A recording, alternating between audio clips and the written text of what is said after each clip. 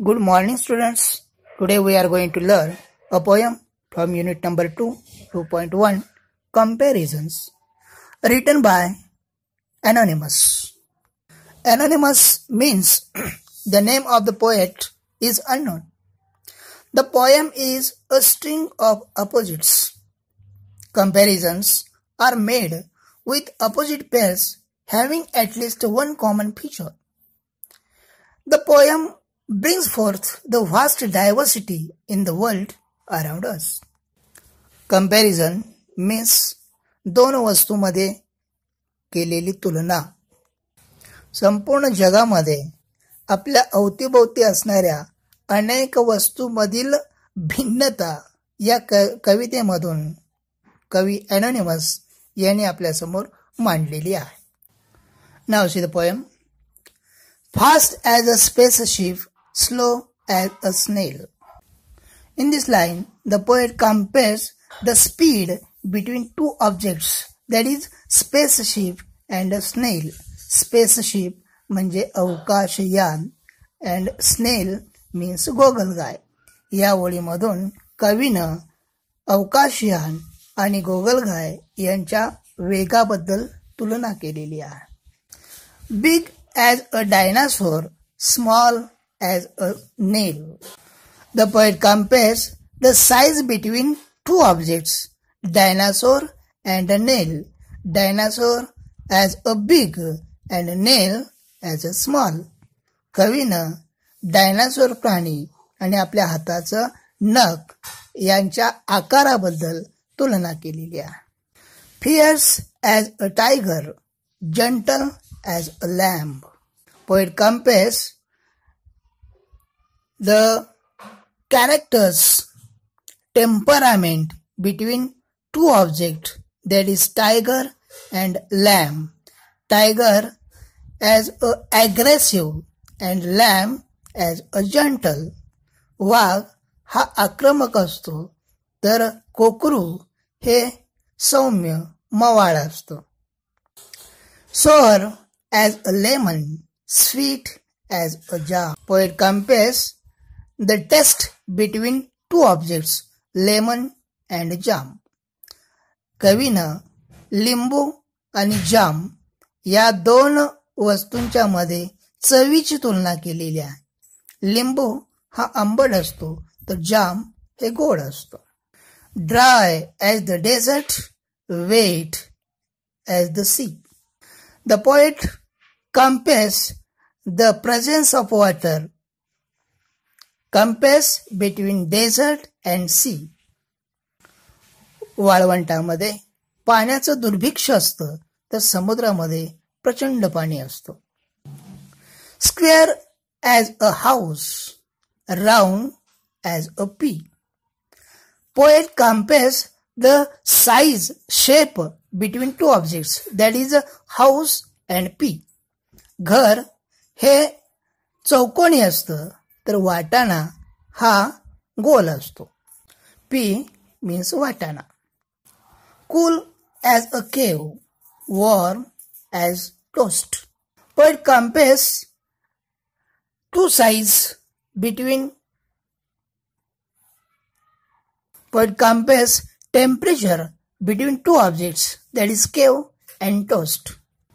गुहेमध्ये शीतलता गारवा असतो तर टोस्ट हे गरम असतं.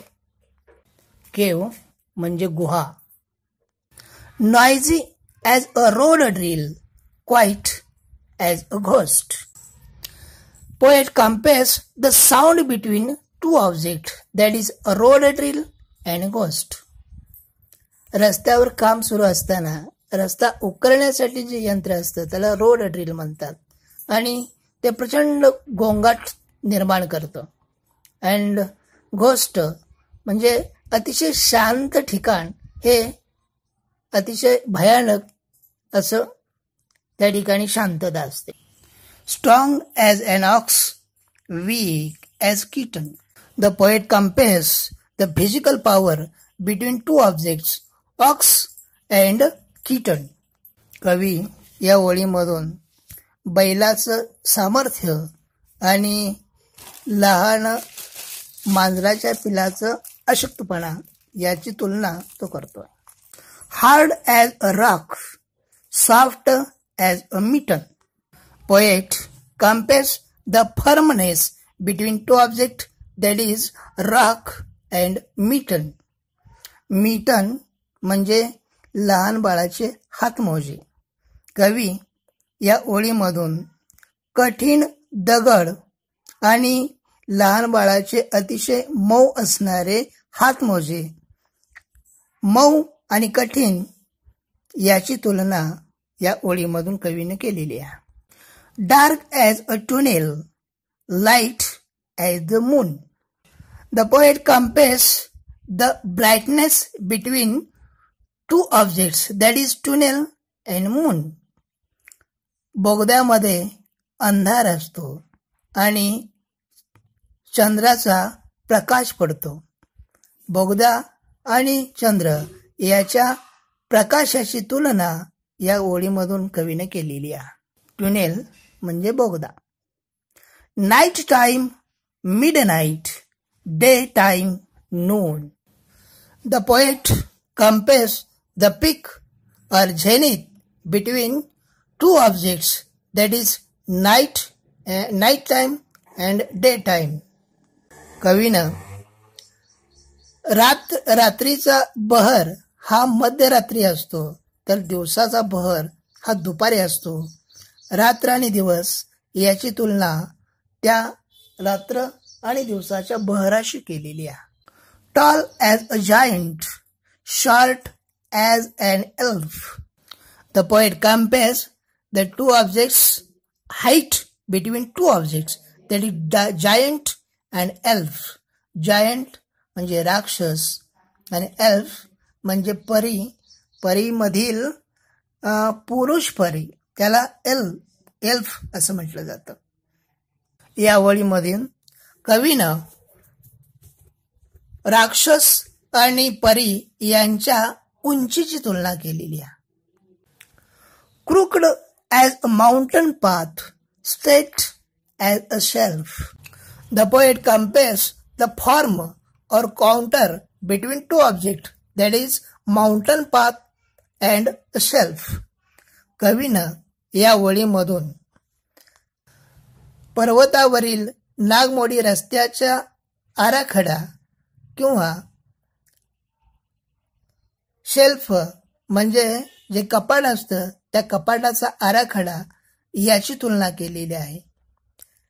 पर्वतामधील जे रस्ते असतात ते नागमोडी असतात, तर कपाटामधील कप्पे हे सरळ असतात.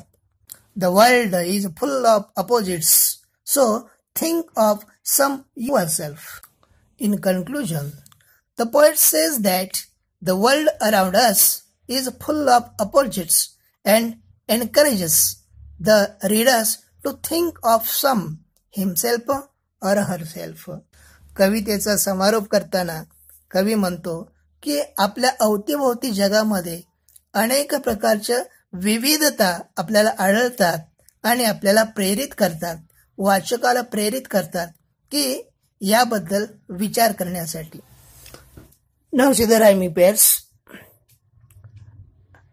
Snail, nail, lamb, jam, sea, bee, toast, ghost, kitten, mitten, moon, soon, elf, self. Below this poem, the given English workshop. You have to complete this English workshop in your notebook and read this poem very carefully, and if you have any difficulty then contact me. Thank you.